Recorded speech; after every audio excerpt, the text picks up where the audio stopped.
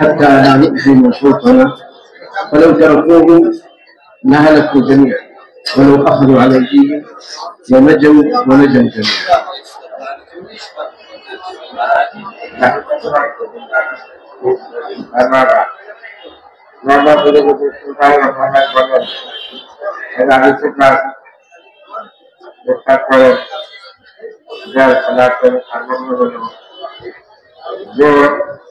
যারা আল্লাহ হুকুমকে মানে, আল্লাহ হুকুম সীমার মতো আছে,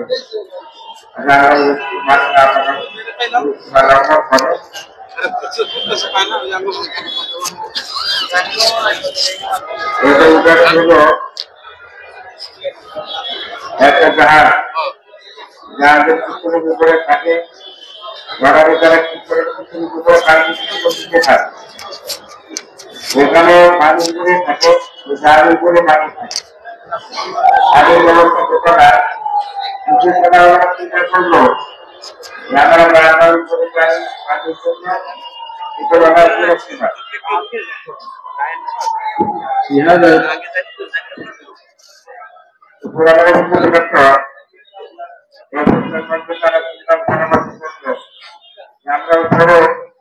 পানির জন্য না দিয়ে গরম পানি পাবো।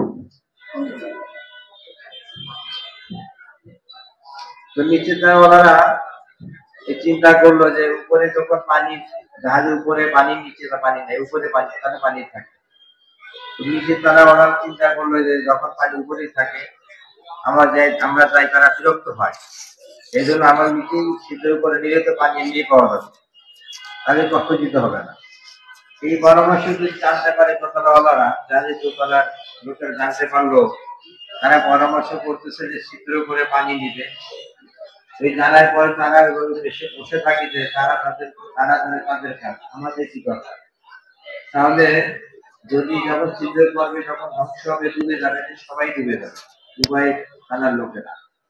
আর যদি তারা তাদেরকে বুঝায় বা বলে যে তোমরা এটা বিরত থাকো এবং তাদেরকে বোঝায় এবং তাদের বিরত রাখতে পারে, তাহলে উভয় জন তারা বেঁচে যাবে, কেউ ডুববে না। হাদিস পাকে মজবুত, এখানকার আল্লাহর হুকুমকে মানে, যারা মানে না, এই দুটি দৃষ্টান্ত এই হাদিস পাকের মধ্যে আছে।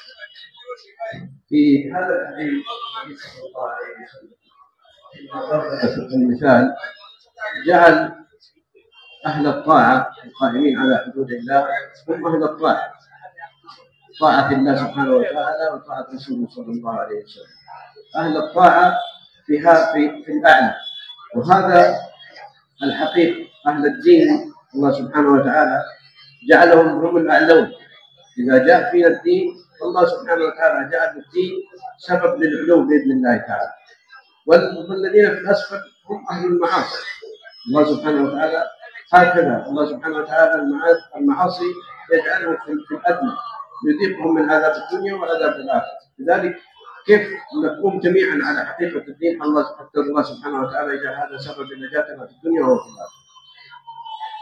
যেমন বলেন যে যারা দোতলায় আছে, যাদের দোতলায় যারা আছে, তাদের যারা আল্লাহকে মানে, আল্লাহ রসুলকে মানে, এরা হলো দোতলার লোক। আর নিচের তলায় তারা হলো গুনাহগার, নাফরমান, নিচের তলায় আছে। সুতরাং যারা উপরে আল্লাহকে আল্লাহ রসুলকে মানে, তারা দিনদার, তাদের দিন আছে। আর নিচের তলায় যারা আছে তারা হলো তাদের গুনাহগার, তারা হলো গুনাহগার। যারা দিদি বলতে করছে আল্লাহ তাদের উপর রাখছেন, তাদের উপর তারা উপর তলায় উপরই আছে। আর যার নিচে আছে নাফরমান, কিভাবে সারাদিনের সমস্ত লোক নাফরমান দিয়ে বাঁচতে পারে, আল্লাহ উপরে রাখছেন দিনদার, দিনই করে চলতেছে, আল্লাহকে মানে। তাদের দায়িত্ব হলো যারা আল্লাহকে মানে না, নাফরমানি করে, তাদেরকে চেষ্টা করা যায় তারাও এই নাফরমানি বেঁচে থাকতে পারে। সারা দিনের সমস্ত লোক জানো আমাদের নাফরমানিতে আল্লাহ রসুলকে মানে, যেমন দিনদার লোক আল্লাহ রসুল মানুষের তরিকা, তাদের দায়িত্ব হলো সারা দিনের সমস্ত মানুষ নাফরমানি বেঁচে আল্লাহ রসুলকে মানতে পারে। এই দায়িত্ব দোতলাওয়ালাদের আল্লাহ সম্মানিত করছেন, সম্মান দিচ্ছেন, তারা দোতলার লোক। وفي هذا المثال النبي صلى الله عليه وسلم جمع أهل الطاعة وأهل المعصية في هذه السفينة، والسفينة هي مثال لحينا وبلدنا ومدينتنا، وهذا مثال السفينة. وفي هذا في حينا أو في بلدنا هناك ناس قائمين على الطاعة، وهناك ناس أهل يعني عندهم معاصي. هؤلاء أهل المعاصي النبي صلى الله عليه وسلم ضرب مثال لهم أنهم هم الذين يخربون السفينة، الذين يخربون هذا المكان.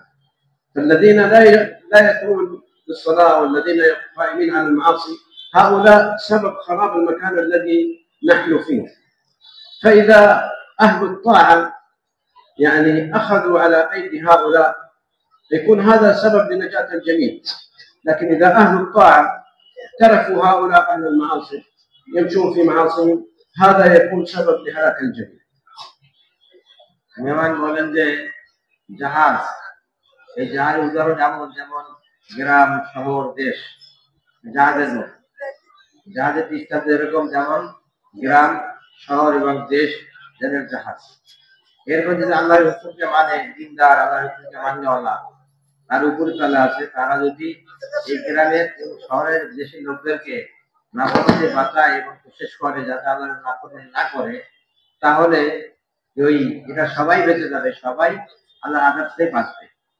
আর যদি এমন ভাবে চেষ্টা করলো না, যারা আল্লাহর হুকুমকে মানে, রাসূলের মধ্যে চলে, আল্লাহর হুকুম মাননেওয়ালা, কিন্তু তারা চেষ্টা করে না, কোশিশ করে না তাদেরকে নাফরমানি বাঁচানোর জন্য, তাহলে যদি এই সমস্ত লোক আর গ্রাম, শহর এবং দেশের অধিবাসী যারা আল্লাহ নাফরমানি করতেছে, আল্লাহর হুকুমকে মানতেছে না, আল্লাহর হুকুম লঙ্ঘন করতেছে, তাদের চেষ্টা না করে আযাব আর গজব আসবে, শাস্তি আসবে।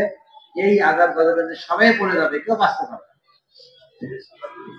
لذلك النبي صلى الله عليه وسلم ضرب المثال الآخر لنا، يقول عليه الصلاة والسلام: مثل المؤمنين في توادهم وتراحمهم وتعاطفهم كمثل الجسد الواحد إذا اشتكى منه عضو فدعا له سائر الجسد بالسهر والحمى. الجسد، النبي صلى الله عليه وسلم ضرب مثال المؤمنين في توادهم مثل الجسد الواحد. الجسد الواحد متى يكون جسد واحد؟ متى يكون الجسد الإنسان؟ متى يكون واحد؟ يكون واحد إذا فيه الروح. بالروح هذا الجسد يكون واحد، يشتكي أعضاؤه لبعضها. لكن إذا خرجت الروح من هذا الجسد هو يدفن ويتقطع ويتحلل، ما تشعر الأعضاء ببعضها. আর বলেন যে আরেক উদাহরণ দিচ্ছেন হাদিসে পাকের মধ্যে আছে, যার উদাহরণ সমস্ত মুসলমান একটা শরীরের মতো, একটা শরীরের মধ্যে যেমন অঙ্গ প্রত্যঙ্গ, বিভিন্ন অঙ্গ প্রত্যঙ্গ থাকে, তাদের আকৃতি ভিন্ন ভিন্ন, কাজ ভিন্ন ভিন্ন, কিন্তু সব একটাই মাত্র শরীর। তো শরীরের মতো ধরো সমস্ত মুসলমান আপসে হামদর্দি, মহব্বত, একে অপরকে সঙ্গে সম্পর্ক ভালো রাখা, একেবারে রহনশীল হওয়া, এক সহানুভূতিশীল হওয়া, একেবারে ভালাই এবং মঙ্গল চায়, মঙ্গলকামী হয়, এই সমস্ত বিষয়ে একটা শরীরের মতো। একটা শরীর অঙ্গ প্রত্যঙ্গ বিভিন্ন ভিন্ন অঙ্গ প্রত্যঙ্গ আছে, তাদের কাজ ভিন্ন ভিন্ন, কিন্তু রূহ এবং আত্মা, রূহ থাকার কারণে এই সমস্ত অঙ্গের মধ্যে জলবিল থাকে, নির্মগত থাকে, প্রত্যেকেই কাজ ভিন্ন ভিন্ন কাজ, কিন্তু একটাই, এই উদ্দেশ্য একটা উদ্দেশ্য করে করার সময় অঙ্গ প্রত্যঙ্গ ব্যবহার হয়। যেহেতু গুরু আছে, গুরু থাকে, অবশ্যই একে অপরের সঙ্গে সুসম্পর্ক আছে, প্রত্যেক অঙ্গে একটা অঙ্গের সাথে যদিও ভিন্ন ভিন্ন গঠন, কাজ ভিন্ন ভিন্ন, কিন্তু যে কোনো বিষয় এক হয়ে যায়, তারা সমস্ত অঙ্গ একসাথে কাজ করে, মিলেমিশে কাজ করে। যখন মুসলমান তাদের সিফাতের সাথে ঠিক থাকবে, আল্লাহর চলতে থাকবে, জানি সমস্ত রূহ এক রূহ আছে, সমস্ত অঙ্গ কাজ করছে। আর যদি রূহ না থাকে, রূহ বের হয়ে যায়, রূহ বের হয়, বের হওয়ার কারণে আর অঙ্গ কাজ করে না, হাত কাজ করে না, হাতে ধরে না, পায়ে চলে না, চোখে থাকে, সব ভিন্ন ভিন্ন, যেহেতু রূহ নাই। যখন মুসলমানের রূহ থাকবে, এই দিনে মেহরতের দিনের যে কাজ জিন্দা থাকবে, তো সারা দিন সমস্ত মুসলমান এক হয়ে থাকে। سبب إحساس الجسد ببعضه هو وجود الروح، والأمة روحها الدين. الأمة والمسلمين روحهم الدين. بالدين المسلمين يشعرون ببعض. إذا جاء الألم في إخواننا نشعر بهذا الألم في جسدنا، لكن إذا خرج الدين يكون المسلمين متقطعين، لا يشعر بعضهم ببعض، لا يشعر الفقير بالغني، ولا يشعر الضعيف بالقوي، ولا يشعر القوي بالضعيف، هكذا الكل يكون نفسي نفسي. لذلك جاء الدين حتى كيف نشعر ببعض، كيف أخي إذا اشتكى من شيء كأنه هذا إحساس فيه، أنا أشعر بأخي وكلنا نكون بهذا الإحساس. هذا سبب الدين. إذا خرج الدين ما يكون هذا الإحساس في المسلمين. মেহমান বলেন যে শরীয়তের রূহ থাকে, আত্মার রূহ থাকে, তখন অঙ্গ প্রত্যঙ্গের মধ্যে একে অপরের সংগতি জন্মিল মাপক থাকে, ওর অঙ্গ কাজ করে এবং এক হয়ে কাজ করে। কিন্তু যদি এই রূহ না থাকে, যেমন অঙ্গ প্রত্যঙ্গ জন্মিল থাকে না, সহানুভূতি এবং অনুভূতি থাকে না, এরকম যখন দিন, রূহ হলো যেন দিন, দিনটা রোহের মতো। দিন থাকে মানুষের মধ্যে, আবাসিক ভ্রাতৃত্ব বন্ধন, আবাসের মধ্যে মিল মাপক, আবাসের মধ্যে একে অপরের প্রতি উপকার এবং একে খায়ের সব ঠিকঠাক দিন থাকবে। দিন না থাকে তাহলে আপনার মধ্যে কোনো মিলমিশ নাই। মুসলমান কিন্তু একে অপরের সম্পর্ক নাই, সম্পর্ক ছেদ হয়ে গেছে, ভিন্ন ভিন্ন চিহ্ন বিচ্ছিন্ন হয়ে গেছে, ওর মধ্যে টুকরা হয়ে গেছে, ওর মধ্যে কোনো দুর্নীতি মাপক কিছুই নাই, যেহেতু দিন নাই। দিন যখন আসবে তো আল্লাহ রাব্বুল আলামিন মেহরবানিতে সারা সমস্ত মুসলমান এক হয়ে থাকবে, সবাই একে অপরকে মহব্বত করবে, একে অপরের সহানুভূতি থাকবে, একে অপরকে দরদ আর সন্ততি থাকবে। এই জন্য দিনের দিন থাকলে ওই অনুভূতি বাকি থাকবে। দিন নাই তো অনুভূতি নাই, তাকে মানুষের জন্মির মাপক নাই। দিন হলো আসল। দিন থাকলে সারা দিন সমস্ত মুসলমান এক হয়ে থাকবে। দিন যে বের হয়ে যায়, আবশ্যক কোনো সম্পর্ক নাই, ভাগ হয়ে যাবে, বিরাট করে। هكذا الجسد إذا كان جسد واحد، إذا جاء في الرأس الصداع كل الجسد يشعر بهذا الصداع. لكن إذا خرجت الروح من عضو من أعضاء الجسد، مثال لو والعياذ بالله الله جاء الفالج في اليد، إذا جاء الفالج في اليد يخرج منها الروح، تكون بلا فائدة، هي تكون في الجسد لكن تكون بلا فائدة. إذا جاء هذا الشلل في هذه اليد هي تكون عبء على الجسد لا يستطيع يستفيد منها ولا يستطيع يقطعها، يقول أنا ما دام هي ثقيلة علي أنا أقطعها، لا يستطيع يقطعها يرتاح منها ولا يستطيع يستفيد منها. هكذا أعضاء الأمة. أعضاء الأمة فيها التجار وفيها المزارعين وفيها المهندسين وفيها الأطباء وفيها الميكانيكيين، فيها كل أعضاء الأمة. هذه أعضاء الأمة كالجسد، كأعضاء الجسد. مثال لو خرج الدين من التجار، هؤلاء التجار يكون سبب لضرر أعضاء الأمة، يعني هم يكونون حريصين على تحصيل المال ولا يعطوا حقوق المسلمين. فهؤلاء هذا العضو من الجسد يكون ضرر على الأمة، لا يستطيع يتعامل معه لأنه يشعر منه بالضرر ولا يستطيع يقطعه. هم محتاجين للتجار ولا يستطيع يقطعه ولا يستطيع يعني يتعامل معه.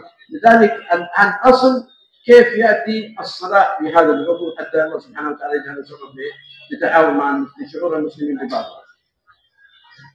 যেমন বলে যে একটা শরীর অল্প প্রত্যঙ্গ যখন রূহ আছে, আত্মা আছে, রূহ আছে, জান আছে, অঙ্গ প্রত্যঙ্গের মধ্যে একে আবার সহানুভূতিশীল হয়, একে অপরের উপকার করে, অঙ্গ প্রত্যঙ্গগুলো আছে।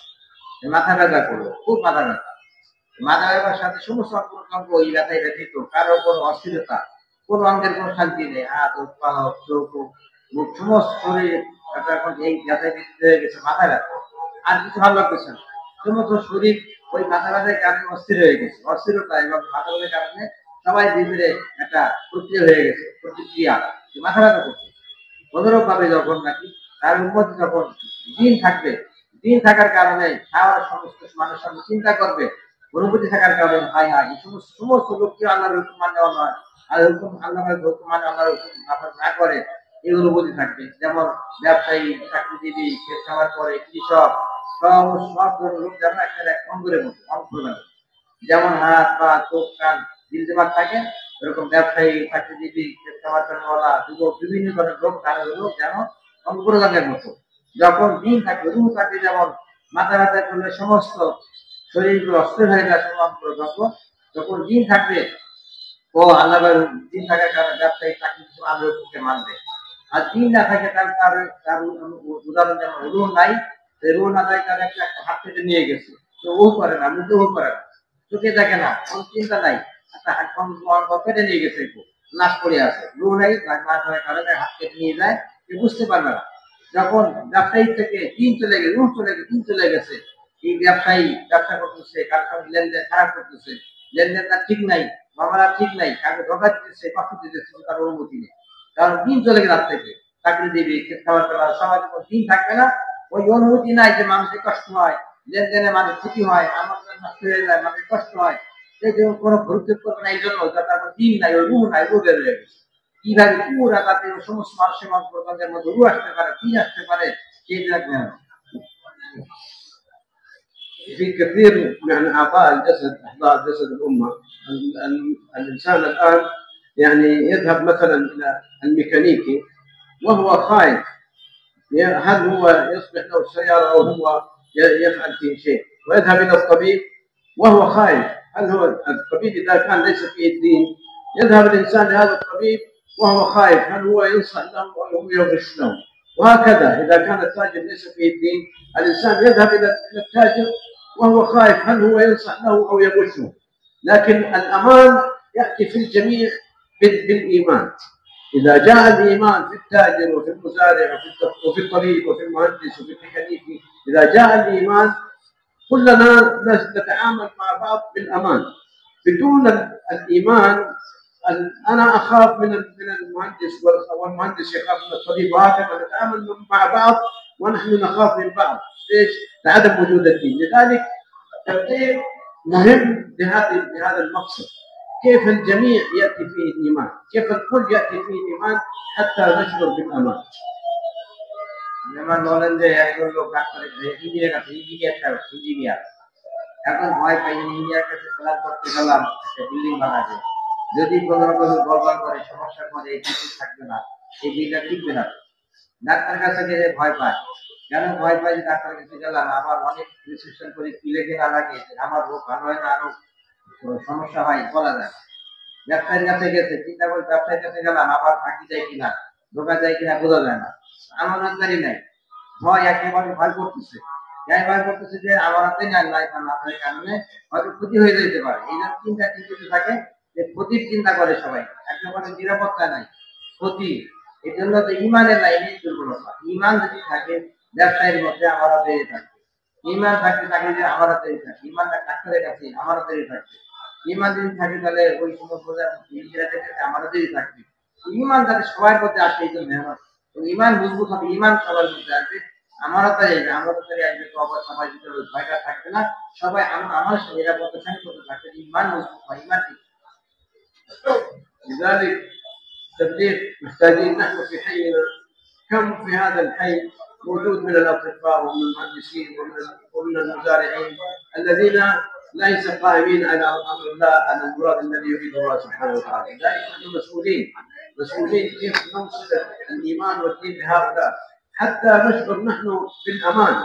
بدون هذا مثل ما قلنا في المثال الاول، اذا ما نجتهد عليهم، اذا جاء العذاب ياتي على الجميع. كلنا نعرف في قصه هذا الملك حينما امر الله سبحانه وتعالى ينزل العذاب بالقريه، فقال الملك يا رب فيها فلان لم يعصيك طرفة عين، قال هو لم يتمعر وجهه من معصيه الله، لذلك فبه فابدا. هكذا احنا اذا ما كنا حريصين على ان كل الناس ياتي فيها الدين، اذا جاء العذاب من الله ياتي على الكل. لذلك كيف نكون حريصين جدا في حينا، في بلدنا، في مدينتنا، كيف الكل ياتي في الدين، نجتهد، نضحي، نعطي من اوقاتنا من اجل تحقيق هذا المقصد باذن الله. মেহমান বলেন যেমন একটা গ্রামের মধ্যে, মহল্লার মধ্যে কত লোক আছে, এই মহল্লার মধ্যে ব্যবসায়ী আছে, চাকরিজীবী আছে, কৃষি কাজ করে, কৃষিজীবী আছে, ডাক্তারিজীবী আছে, এই সমস্ত লোক যারা বসবাস করতেছে, আর মেহনত খোদা দিন আর ইমান সবার মধ্যে আসে। মেহনতের ময়দান মানুষের মধ্যে, যদি আমরা মেহনত করি, ময়দানের ভিতরে, মানুষের মহল্লার ভিতরে প্রত্যেকটা ব্যক্তি দিন এই ইমান আসে, মেহনত নেওয়া হয়, যে শ্রেণীর লোক হোক, যেই শ্রেণীর লোক হোক, একটা ইমান আসবে, আমরা করে আসবে, সবাই স্বাধীন থাকে। আর মেহনত না হয়, মেহনত না করি, তাহলে কি হবে? আমার খেয়ালত আছে, এবং এই মেহনত না করার কারণে আজাব আসে, শাস্তি আছে, কোন আজাব চলে আসে, এই আজাবে সবাই করবে। এই জন্য আমরা জিম্মাদারি লোক যে এক একটা মহল্লার মধ্যে প্রত্যেকটা যদি মেহনত করা, যে শ্রেণীর লোক না সবাই ইমান আমাদের তাদের দিন আসতে পারে। আর যদি মেহনত না করি, চেষ্টা করে কষ্ট না করি, মেহনত না করি, আল্লাহ আদার চলে আসে, আদার সবাই আমাদের পড়বে, কেউ আদাতে বাঁচতে পারে। এই জন্য মেহনত করা যদি আমাদের জিম্মাদের দায়িত্বই হলো দাওয়াতে মেহনত করা, যাতে মহল্লার মধ্যে প্রত্যেক ব্যক্তি আমাদের সম্মান দেওয়া হয়, আমাদের করে দেওয়া হয়। আর না করে এটা দুনিয়া তো আল্লাহ আমাদের আমাদের এবার আমার وجاء التسليم حتى يحل هذه المواضيع ببساطه. الله سبحانه وتعالى في الايه التي يقول سبحانه وتعالى والذين جاهدوا فينا لنهدينهم سبلنا. الشيخ محمد يوسف الله يغفر له ويرحمه يقول ماذا يعني جاهدوا فينا؟ يقول جاهدوا فينا يعني تركوا ترتيبات حياتهم واختاروا ترتيب حياه النبي صلى الله عليه وسلم. هذا مقصود التبليغ. مقصود التبليغ كيف انا اخرج في سبيل الله واترك ترتيبات الحياه التي كنت اعيشها واختار في كل ترتيبات حياتي طريقه النبي صلى الله عليه وسلم في كل شيء. في كل شيء يكون طريقتي طريقه النبي صلى الله عليه وسلم. اذا الانسان يتغير على هذا الاساس تتغير حياته حتى تكون حياه نبويه. الحياه النبويه هي حياه النور. اذا انا كل حياتي تكون على هذا النور انا اكون نوراني. وهذا مقصود التبليغ. اول شيء انا كيف انا المجاهده لي مقصودها اول شيء انا كيف انا اكون حياتي نبويه. واذا صارت حياتي نبويه صرت نوراني. واذا صرت نوراني هذا النور باذن الله يكون سبب في تنوير حياه الاخرين باذن الله.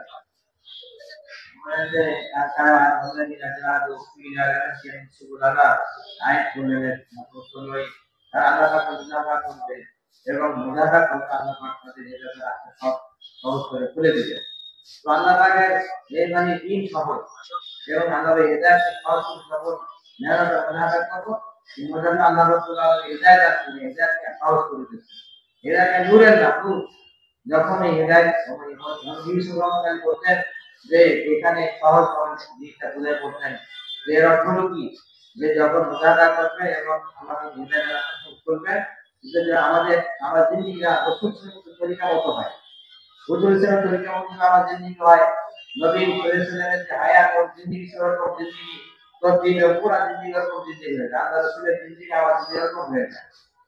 আমার জিন্দিগির পুরো তদ্বির, আমার জিন্দিগি চলা, জীবনটা চলা আমার নিজের মন মতো কোনো তদ্বির করবো না। আল্লাহ রাসূলের জিন্দিগিতে কোন জিন্দিগি বানাবো, ওই তরিকা মতো আমি চলবো। যখন এই হায়াত এরকম তৈরি হবে আমার জিন্দিগিতে হয়ে যাবে, আমার জিন্দিগিটা আল্লাহ পাকের হুকুম অনুযায়ী হয়, আল্লাহ শুরু তৈরি মতো হয়। আমার শুধু কাজ কত কাজ আছে ইবাদত মুজিবি লেনদেন এবং ব্যবসা চাকরিতে জিনিস খাওয়া দাওয়া সব কিছু আল্লাহ রাসূলের তরিকা মতো হয়। আল্লাহ রাব্বুল আলামিন নূর দিলেন। নূর এটা নূর হবে। তিনটা নূর নূর পাওয়া যায়। একটা হলো নিজের মধ্যে নূর আছে, আল্লাহ এটাতে নূর কাজ করবে, আমার মধ্যে নূর আসবে এবং যে মেহনত করবো আমার নূর আরেকজনের কাছে পৌঁছবে। আল্লাহ রাসূল সুন্নাতুল্লাহ আমি জিন্দেগি বানাবো, এই জিন্দেগি আল্লাহ পাক আমার নূর দিলেন, আমার জিন্দেগির নূর এটা নূর কাজ করবে। সাথে মেহনত করা ওদের মধ্যেই নূর আসবে, এটা নূর পাওয়া যাবে। নিজের নূর পাওয়া যায়, এটা নূর নূর পাওয়া। حياة النبي صلى الله عليه وسلم مقصودها خروج قيمة الأسباب من حياتنا ويأتي فيها قيمة الأعمال. كيف يأتي الأعمال لها قوة غير عادية، لكن متى إذا جاءت على طريقة النبي صلى الله عليه وسلم بالإيمان، إذا زاد الإيمان وجاءت الأعمال هذه الأعمال يكون لها قوة. جاءت السيدة فاطمة رضي الله عنها إلى النبي صلى الله عليه وسلم في يوم من الأيام تشتكي من التعب في البيت من الخدمة، فما النبي صلى الله عليه وسلم هي جاءت تسأل الخادم، لكن النبي صلى الله عليه وسلم يريد أن يخلفها الأسباب ويعلقها بالأعمال رضي الله عنها، فدلها على التسبيحات الفاطمية 33 تسبيحة و33 تحميدة و34 تكبيرة، فبها استغنت على ليش؟ عن الخالق. وفي يوم من الأيام جاءت تشتكي قلة الحال، في البيت ما في شيء يأكلون، 3 أيام الحسن والحسين ما لاقوا شيء، ما في شيء في البيت الأكل، فجاءت تشتكي للنبي صلى الله عليه وسلم. وفي هذه المرة النبي صلى الله عليه وسلم يخيرها بين الأسباب الأشياء وبين الأعمال. قال عندي 5 كلمات و5 غنمات، فماذا تختار؟ فاختارت 3 كلمات. هكذا النبي صلى الله عليه وسلم يربطنا بالأعمال. الأعمال فيها سعادة الدنيا وسعادة الآخرة. في الأعمال الإنسان يقضي حاجته في الدنيا وتكون الأعمال سبب بدون الخطر والحسن والصراط والحساب، لكن الأسباب تقضي حاجته في الدنيا وليس لك شيء في الآخرة.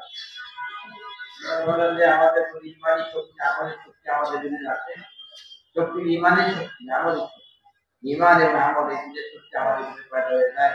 যে কোনো অবস্থা থেকে আমরা সুন্নত অনুযায়ী জীবনযাপন করবো। আর কাজের মধ্যে সব কাজের মধ্যে সর্বপ্রথম সব জিনিসের মধ্যে আমরা সুন্নত অনুযায়ী জীবনযাপন করবো। ইমান আমলের মধ্যে হলো আমাদের মাদারের মধ্যে শক্তির মধ্যে কুয়াতের শক্তি ইমান আমলের মধ্যে। এই উদ্দেশ্যের কাছে বড় জরুরি কাজ আসতো আমার আমার কথা কি আমাদের মধ্যেই হলো আমাদের মাদারের মধ্যে দুনিয়া করতে পারে না। ওই ফাদেশে যে ফাতেমার নামা আসলে অভিযোগ করলেন যে আমি কাস্টমার কাছে আমাদের ঘরের ভিতরে কাজ করতে হয় এবং কাজের কারণে কাগজ ভালো হয়ে যায় এবং সর্বিত হয় অর্থাৎ তারা রসিদে থাক করে যাচ্ছে এই মধ্যে এই সমস্ত পার্টির বিবরণ নিয়ে বললেন যে খাদের চাইলেন কোনো খাদে মাছ দিচ্ছেন বলে দেখো আমি তোমাকে শিখেগুলো আমার আল্লাহ সেই ফাঁকিগুলো তুমি আছে এইটা তাকে জলে উঠল তিনি আমাদের আমাদের কথা বললেন আপনি হাজির হয়ে গেলেন ঠিক আছে আবার কোনো কথা বলতে আরেকবার বলল হাসান হোসাইন অনুবাদ গেলেন যে খাওয়া দাওয়ার কোনো ব্যবস্থাই নেই কোথায় কষ্ট করে দিচ্ছে এখানে এখন খাওয়া দাওয়ার ব্যবস্থা নেই বললেন যে দেখো তুমি আমি কি তোমাকে শক্তি দিব বকরি এবং ছাগল জীবাণীগুলো নাকি তোমার কালিমা শিখে দেবো ওই কালিমা পাঁচটা কালিমা আমি পাঁচটা কালিমা শিখে দিলেন ওই পাঁচটা কালিমা দিয়ে গেলেন আমার অনুমান আমাদের মধ্যেই দুনিয়ার আকাশের বরকত এবং মজা এবং শান্তি সংগ্রাম আমাদের মধ্যে আছে প্রথম যদি মানে ইমান আমাদের মধ্যে আমাদের একটু ইমান হয়ে মজবুত হয়ে যাবে আর ইমান আমাদের মধ্যে আমরা মজা দেব দুনিয়া আপনি শুধু আপিয়া শান্তি এর মধ্যে আলাদা আছে এটি আসে دخل النبي صلى الله عليه وسلم الى المسجد النبوي في يوم من الايام وجد احد الصحابه اسمه ابو امامه فوجدوا فيه الهم والغم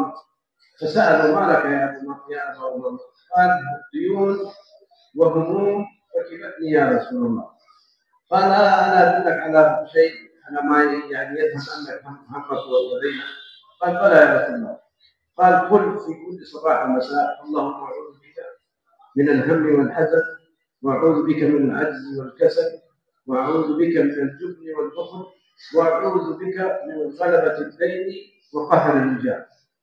فابو امامه رضي الله عنه اخذ هذا الامر وبدا يطبق يقول ما في 3 ايام الا والله سبحانه وتعالى اذهب عني همي وقضى عني ديني.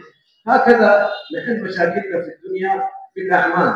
هكذا الله سبحانه وتعالى جعل الدين حتى يكون سبب لسعادتنا وراحتنا في الدنيا قبل الاخره. فكيف نستفيد من الدين؟ لكن الدين يحتاج الى جهد. كيف يزيد الايمان في حياتنا حتى هذه الاعمال يكون لها الاثر في حياتنا.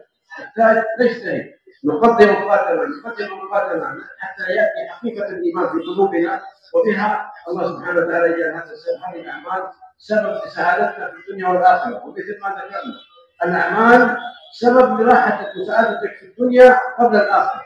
وبالأعمال الله سبحانه وتعالى يعطيك في الدنيا السعادة والراحة وفي الآخرة النور نور القبر والحشر والصراط والحساب. ومن يبصر بعض الناس مدير في مدير مدير تشريف عن أبو بكر رضي الله عنه في পজিশন অবস্থায় চুক্তির অবস্থা পরেশান এখন আমাদের এত পরেশান কেন পরেশানির মধ্যে আসো হুজুর সদের কারণে এত কত হয়ে গেছে বড়দের কারণে আমি ছেড়ে গেছি আমি পরেশানির মধ্যে সদের বাহানা আসলে যে বলে তারপর আল্লাহ ইন্না আল্লাহ রসুল নাউযু বিল কাসাল ওয়া রসুল বুক নাউযু বিল নামাজ বিদাল এই দোয়া করতে যে আপনি এই সময় পড়ো আমাদের মধ্যে তিনি বলেন কোন 3 দিনের মধ্যেই অনেক কথা সম্পর্কে আল্লাহ ব্যবস্থা বলে আমার সেই পরেশানি নাই সেই পরেশানি কারণে আমাদের কাছে পরেশানি ছিলাম পরেশানির মধ্যে ছিল আপনি যদি সাদা ভুল করেছেন আমাদের মধ্যেই নাজাত এবং কামিয়াবি দুনিয়া আখেরাতে কামিয়াবি আমাদের মধ্যে আমল করব ঈমান আমাদের যে দুনিয়াতে কামিয়াবি আখেরাতে কামিয়াবি এই কামিয়াবি হাসিল হলে মেহনত করব ये जो मेहनत को मजा नहीं करो फिर हमारी भी जान ईमान हकीकत हमारे मुझे जाए हमारा আমাদের মধ্যে আসবে এবং মৌত কবরের নূর হাতের বেলায় নূর করে যাওয়ার সাথে যখন ইমান আমাদের দুনিয়াতেও আল্লাহ কামিয়াবি দিবেন আর আখিরাতে কামিয়াবি দিবেন শর্ত হলো ইমান মেহনত মুজাহাদা করতে হবে যখন ইমান মুজাহাদা করবো কষ্ট করবো মেহনত করবো আমার দিন আর ইমান হাকিকাত আসবে জিন্দেগিতে দিন আসবে যখন মেহনত মুজাহাদা করবো আমি সময় দিয়ে আল্লাহর রাস্তায় সময় দিব জান্নাত কোরবানি করবো তবে সময় দিয়ে থাকবো তখন আমার ভিতরে দিন আছে মুজাহাদা আমার ভিতরে করবে এই দিন আসার তাহলে ইমান আমাদের হাকিম আছে هكذا النبي صلى الله عليه وسلم حياته هي الرحمة رحمة للعالمين يشهد لرحمة للعالمين هذه الأعمال هي الرحمة الله سبحانه وتعالى حينما رأى في قلب النبي صلى الله عليه وسلم هذا الحب لهذه الأمة فأعطاه مفاتيح السعادة في الدنيا ومفاتيح السعادة في الآخرة الأعمال مفاتيح السعادة في الدنيا ومفاتيح السعادة في الآخرة ومفاتيح السيادة كذلك الأعمال هي مفاتيح السيادة الله يريد أن تكون سيد على كل الكائنات متى تكون سيد على كل الكائنات إذا كان عندك يقين على الله سبحانه وتعالى وعندك القيام باليقين على أعمال النبي صلى الله عليه وسلم لذلك هذه الأعمال الله سبحانه وتعالى يعني الإنسان حينما يترك الأعمال هو يحرم نفسه من هذا الخير وهذه البعث النبي صلى الله عليه وسلم أوصانا حينما الإنسان يدخل البيت يقول بسم الله إذا قال بسم الله معناه الشيطان منع من البيت وإذا دخل البيت قال السلام عليكم ورحمة الله وبركاته إذا قال السلام عليكم ورحمة الله وبركاته النبي صلى الله عليه وسلم يقول بركة عليك وعلى أهل بيتك إذا الإنسان دخل البيت وما سمى دخل الشيطان وإذا ما قال السلام عليكم خرجت البركة من البيت فهذا الحرمان بسبب ترك سنة النبي صلى الله عليه وسلم نحن نكون محرومين في الدنيا من الخير بسبب ترك سنة النبي صلى الله عليه وسلم لذلك إذا نقوم على السنة تأتي البركة والنور والراحة في بيوتنا وفي حياتنا وكذلك يكون هذا النور لنا في حياتنا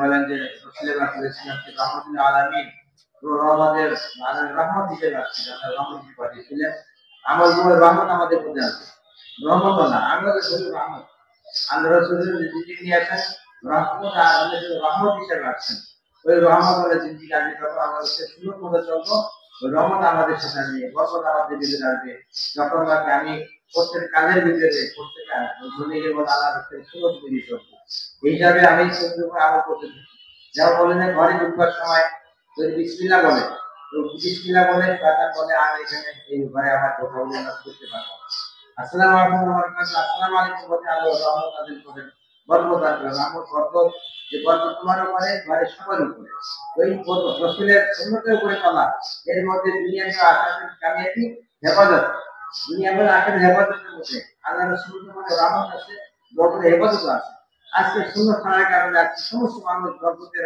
আরো হয়ে গেছে রহমতের আরো বরকতের আরো বর্ধিত হয়ে গেছে এই জন্য যে আমল করতেছে না এগুলি হাজারের মধ্যে ঘরের ভিতরে আমার ইবাদতের মধ্যে এলাকার ভিতরে সব জায়গার মধ্যে আল্লাহর সুন্নত চিন্তা হয়ে যায় পুরো সুন্নত চিন্তা করার কারণে সারা দুনিয়ার মধ্যে বরকতের রহমত খালি হয়ে গেছে মানুষ কামিয়াবি তো আল্লাহর উপরে সুন্নতের মধ্যে আছে এবং রহমত বরকত হেফাজত সবকিছুর মধ্যে আছে যে সুন্নত থেকে আমি করবো না কোনো ছাড়বো না আল্লাহ নূর দিলেন দুনিয়ার জন্য আখাতের নূর যখন আমরা সুন্নত নিয়ে নিত لذلك نخرج في سبيل الله نعطي الاوقات نخرج في سبيل الله هذه المجاهده التي يريدها الله سبحانه وتعالى يحبها الله سبحانه وتعالى لذلك كما قلنا في الاول المجاهده مقصودها كيف انا خارج في سبيل الله وعيني على هذا المقصد كيف تكون حياتي مطابقه لحياه النبي صلى الله عليه وسلم نخرج على اساس هذا المقصد نقيم الاعمال وانا في قلبي كل يوم كيف تزيد حياتي على طريقه النبي صلى الله عليه وسلم الذي عنده هذه المجاهده الله سبحانه وتعالى يقول لنهدينهم سبلنا الذي عنده هذا المقصد في قلبه وعنده هذه المجاهده الله سبحانه وتعالى يفتح له سبل سنه النبي صلى الله عليه وسلم في حياته يفتح له طريقه النبي صلى الله عليه وسلم في حياته وبهذا يزداد في النور لنهدينهم سبلنا ويتلقى في هذا ويتلقى في هذا، وإن الله لمع المحسنين. تكون معية الله مع هذا الإنسان الذي يتلقى في حياة النبي صلى الله عليه وسلم وفي الأعمال، تكون معية الله سبحانه وتعالى مع هذا الإنسان، وبهذا يكون هو مستجاب الدعوة. يعني الله سبحانه وتعالى يرتب بهذا الجهد وقدر التضحية وقدر العطاء. الله سبحانه وتعالى هذا الإنسان الذي عينه على أنه يتلقى في حياة النبي صلى الله عليه وسلم، حياة النبي صلى الله عليه وسلم، هذا يصل إلى الولاية. الله يريد بهذا الجهد أن يوصلنا إلى الولاية، نكون أولياء الله سبحانه وتعالى، يعني معية الله معك في كل مكان. وبهذا الإنسان يكون مستجاب الدعوة بها الله سبحانه وتعالى. بهذا إذا وصل لهذا المستوى يأتي في قلبه الحزن على كل الناس كيف يمشوا في هذا الطريق وكيف تكون لهم السيادة في الدنيا والآخرة. إن شاء الله نقضي أوقاتنا حق الله سبحانه وتعالى يبارك لنا في أوقاتنا ويبارك لنا في حياتنا، ويكون سبب إن شاء الله لهداية الآخرين كلهم حتى يصلوا على هذا الشيء. যেমন বলেন যে আমরা ঈদের রমজানে আমরা রোজাদার মেহনত করবো, আল্লাহর রাস্তায় সময় লাগে, আল্লাহর রাস্তায় যত সময় লাগে সময় দিব, তাহলে যেদিকে ঠিক আছে এটা ভালো লাগে। আল্লাযীনা জাহাদু ফীনা, যখন আল্লাহর জিহাদ করা হয় তখন না দিয়ে আমি শুধু আল্লাহর হিদায়াত রাস্তা খুলে দেন। আর সুন্নাত জিন্দেগি সুন্নাত জিন্দেগি আপনার থাকে, আর সুন্নাতের পক্ষে সুন্নাত জিন্দেগি হলে দেয়। এদের মানে আপনি আল্লাহর সুন্নাত যেরকম জিন্দেগি আমাদের মধ্যে আছে। এবং আল্লাহ যখন